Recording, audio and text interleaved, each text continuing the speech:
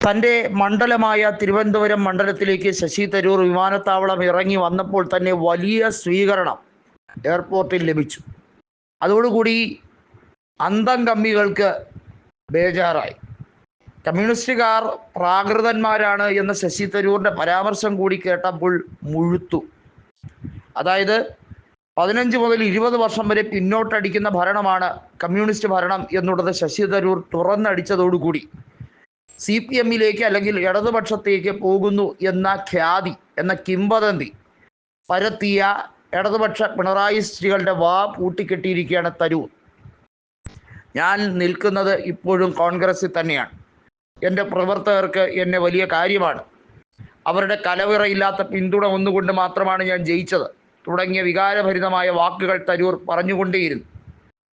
കൃത്യമായി പറയുകയാണെങ്കിൽ വിശ്വപൗരന് അഭിവാദ്യങ്ങൾ എന്ന് പറഞ്ഞുകൊണ്ട് തരൂറിനെ സ്വീകരിക്കാൻ വിമാനത്താവളത്തിൽ തടിച്ചുകൂടിയ ജനപ്രവാഹം കണ്ട് അദ്ദേഹം വാസ്തവത്തിൽ കോരിത്തരിച്ചിരിക്കുകയാണ്. കാരണം അത്രയേറെ ജനപിന്തുണ അദ്ദേഹത്തിന് തീരദേശ മേഖലയിൽ നിന്നും ആയിരുന്നാലും അതുപോലെ ജനസമക്ഷം അദ്ദേഹത്തിൻ്റെ എന്ത് രീതിയിലുള്ള പ്രവർത്തനത്തെയും അതിന് 2 വശങ്ങളുണ്ട് എന്ന് മനസ്സിലാക്കാൻ പ്രാപ്തിയുള്ളവരാണ്. അക്ഷരാഭ്യാസ വിദ്യാഭ്യാസമുള്ള, കൃത്യമായി എല്ലാ രീതിയിലും മനസ്സ് പാകപ്പെടുത്തി ചിന്തിക്കുന്ന തിരുവനന്തപുരത്തെ വോട്ടർമാരിൽ നിന്നും അദ്ദേഹത്തിന് കിട്ടുന്ന ഫീഡ്ബാക്ക്.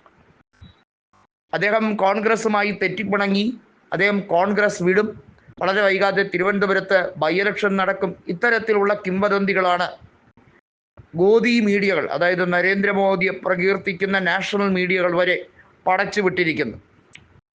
പിണറായിസ്റ്റുകൾ മറ്റു രീതിയിലേക്ക് കളി കൊണ്ടുപോകുന്നുണ്ട്. എന്നാൽ അദ്ദേഹം കൃത്യമായി പറഞ്ഞിരിക്കുന്നു, UDF ആണ് 2009 തനിക്ക് മത്സരിക്കാൻ അവസരം തന്നത്.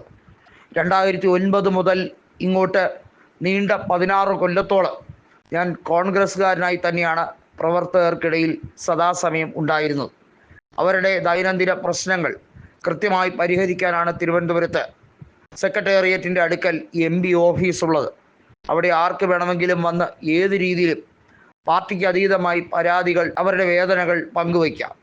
കൃത്യമായുള്ള ഇടപെടൽ നടത്തുന്നുണ്ട്.